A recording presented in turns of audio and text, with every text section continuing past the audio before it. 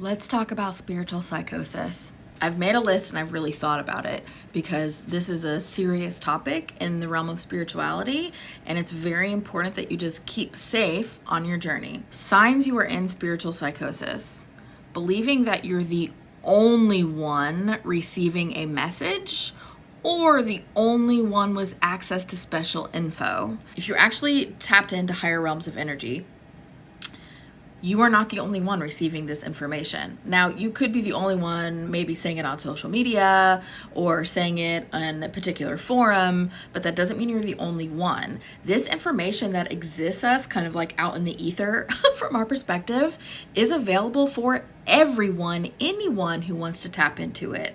It is not just given to one particular human for all of the people that are on the planet, right? If you believe you are the savior of the world and nobody else has the information that you have, you are likely in spiritual psychosis. Another sign you're in spiritual psychosis is believing that you are in a battle with something that is evil. I hear the terms like spiritual warfare a lot.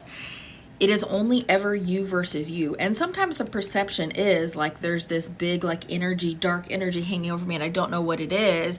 But every single time you actually get to the root of it, it's something that you've latched onto, something that you've invited into your space. So if you believe there's an external thing going on that is like dark or evil, anything like that, that you have no control over, you could be in spiritual psychosis. If you are being physically unsafe, if you are ignoring the physical requirements of your body, if you have stopped bathing, stopped brushing your teeth, stopped eating food or eating healthy, balanced meals, if your sleep schedule is completely wackadoo, if all of a sudden you went from sleeping a normalish amount of hours at night and now you are up at all hours of the night, or you're up for 2 or 3 days at a time, you are in spiritual psychosis. If you are experiencing intense mood swings that dictate permanent changes in your life, you are in spiritual psychosis. That means if you get really, really sad, that you genuinely believe this is a permanent state of being and you start to get rid of everything. And I'm not saying you are wanting to unalive yourself.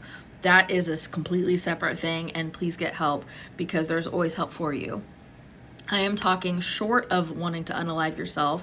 You believe that this permanent decision needs to be made because you are extremely sad or extremely angry, extreme of any emotion, and you start making permanent changes to your life. Spiritual psychosis. Believing that you are God, believing that you are above everyone else. Now, not the God energy. We are all technically God, like all of us are having the God energy inside of us, like that's who we are as source energy, but believing that you in particular possess this God-like energy and that you are better than everyone else because you have this knowledge that can't be touched by, other than normal people. If you are speaking incoherently, and I don't mean like having a hard time getting the download thought out of your mind, because sometimes that can take a second, but if you are speaking like in word salad, right, or you are saying things that simply do not make sense, that are 100% illogical, and you're getting frustrated because you keep trying to talk at people and they're just not understanding, but then you keep getting more and more frustrated,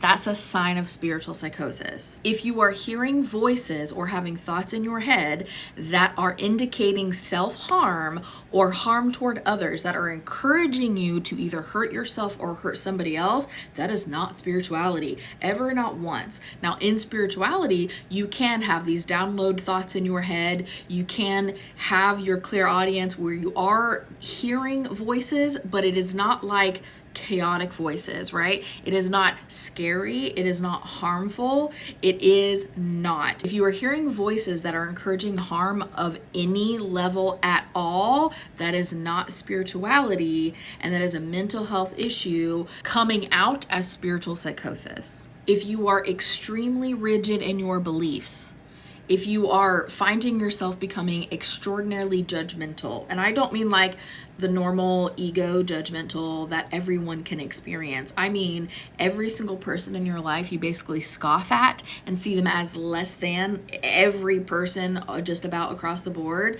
That is extremely judgmental, that is ego leading, and that is a sign of spiritual psychosis. Spirituality encourages you to be open and flexible and loving people where they're at.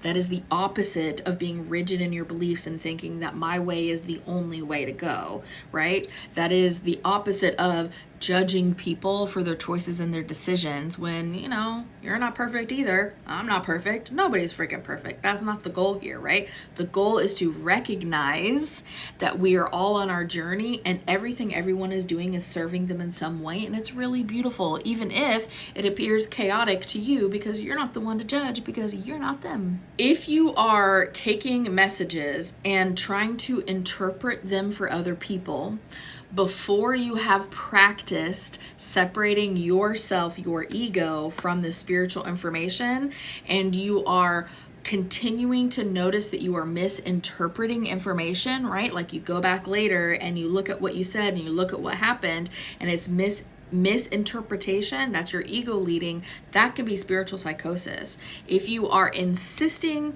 that what you are saying is correct, but you don't have the practice to pull your ego out of it, because it takes practice, you guys, it takes practice, that can be a sign of spiritual psychosis. Now, how does this happen?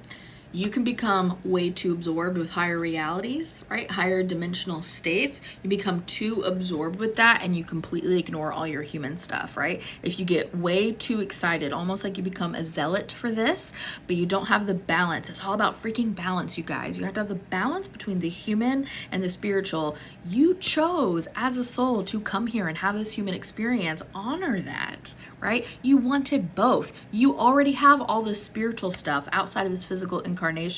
You're allowed to bring it in, but also honor the fact that you wanted this human physical experience. So becoming too absorbed in these higher realities and saying, I'm going to ignore everything human because it's not important to me and I just want to be able to like levitate and see through time and do nothing else, that's spiritual psychosis. You need a balance. Spiritual psychosis can also happen when you are neglecting your physical needs and you kind of notice it at first, but you go, that's not really important. I'm going to ignore that, right? I don't really need to sleep. Like, I'm just going to power through this. And you're making these conscious decisions to ignore your physical based needs. You're still incarnated. You're still a physical being. You have to take care of this vessel, right? You have to take care of yourself. And when you're consciously choosing that, it can snowball very quickly and get out of control to the point where you don't even realize that you are being really erratic. That leads us to spiritual psychosis. Another way that spiritual psychosis can happen is toxic positivity, right? When you are ignoring every feeling inside of your body and you're like love and light all the time and I don't need to pay attention to the bad feelings. Babes, everyone goes through this at some stage, but when you continue to do it, when you bottom out and you're like, eyes are bloodshot and you're like, no, everybody wants to live like this. This feels so good. And you look like the Walking Dead over here, right? And your vibes are just way off. Girl, toxic positivity is so unhealthy. It's so dangerous. You, yes, want to focus on what you prefer instead of what you don't prefer, but that's external environment stuff. When you are ignoring the feelings in here, you are ignoring your connection to your higher self, and you are ironically going into spiritual psychosis because of that disconnect, right? By you going, everything is love and light and everything is perfect, and if I just put my mind to it, yes, if you just put your mind to it, but you put your mind to it so the garbage can come up to the surface so you can clean it out. You don't put your mind to it so it just disappears on its own. You worked to bring the garbage in. You now get to work to bring it away. You have to do the work to get to the point where it really does feel good and peaceful almost all of the time. And the last way that spiritual psychosis can happen is a lack of integration. And let me explain.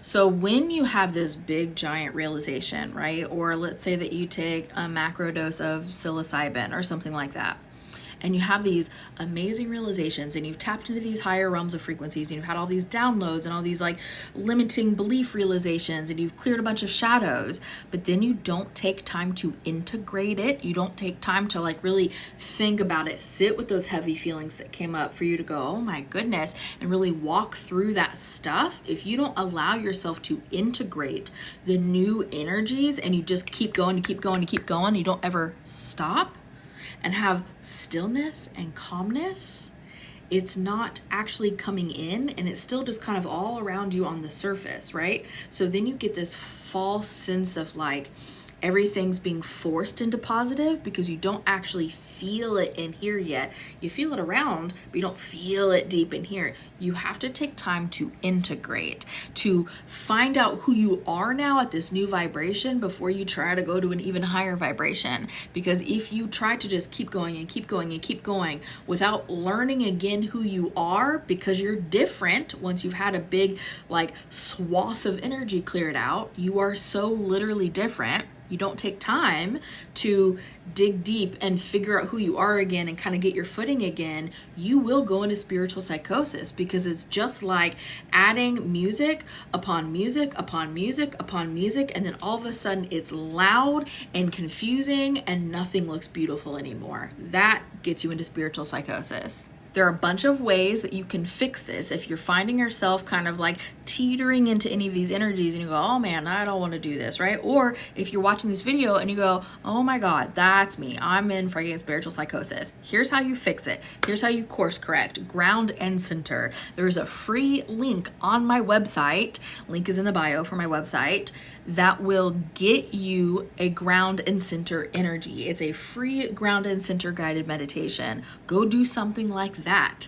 And if you don't like mine, go to friggin' YouTube. Go find you a ground and center guided meditation. There's a free one on my website. It's linked in my bio. You have to be able to reconnect to the earth. You're trying to float up here all the time. You want to physically bring yourself down. You want to go outside in nature. And the best thing to do is to go outside in nature while you're listening to this ground and center guided meditation, because woo, my goodness, those two things together. You want to put your feet in the freaking grass or the dirt or the sand, or touch running water, right? Rivers, lakes, streams. Go plant something. And if you can't plant something outside because of the weather, go buy a plant, bring it home, and put some new dirt in that little sucker and feel the earth, right? Bare hands, feel the earth, talk to the plant.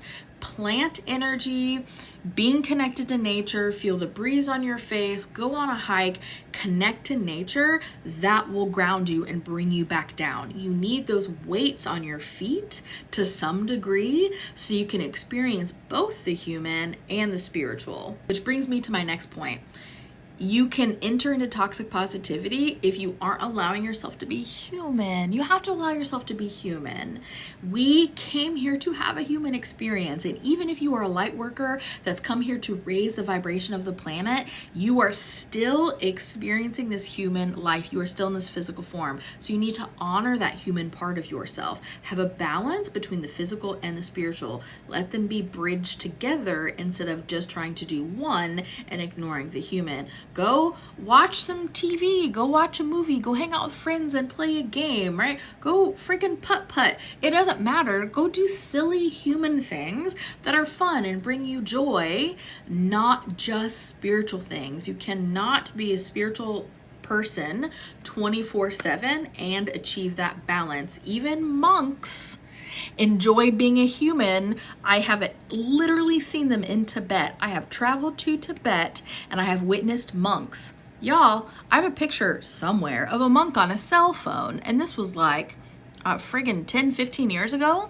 They use normal human things. They are very, very spiritual, but they also are grounded in their human experience at the same time. You need a balance. Sometimes you're in toxic positivity land because you need to shift back to a higher vibe. Sometimes you can find yourself following maybe content creators who are giving out that fear-mongering type of spirituality, right? You found yourself like on the wrong side of TikTok or whatever it is, where you are experiencing only the negatives, only the downsides, only the people who feel like everything is a fight and everything is a battle. Maybe you need to unfollow some of those people and go find those people that feel better, that feel more aligned with you. Surround yourself with the kind of spirituality that feels balanced instead of extreme, and then you will have an easier time feeling balanced. And the last one, probably the most important, tell a friend. Tell somebody that is close to you. Say, hey, I can feel myself like slipping, right? And I can see the rocks going down in the canyon and I don't want to fall in that hole. Can you help me? Can we just like make sure that we check in with each other once a day? Hey, did you ground and center, right? Help me be my reminder. Help me like walk back a little bit so I don't fall into the pit of this spiritual psychosis. It's okay to ask a friend for help. We all need people. We are social creatures. It is important to have your people. It is important to be able to lean on each other. And it is important to remain balanced.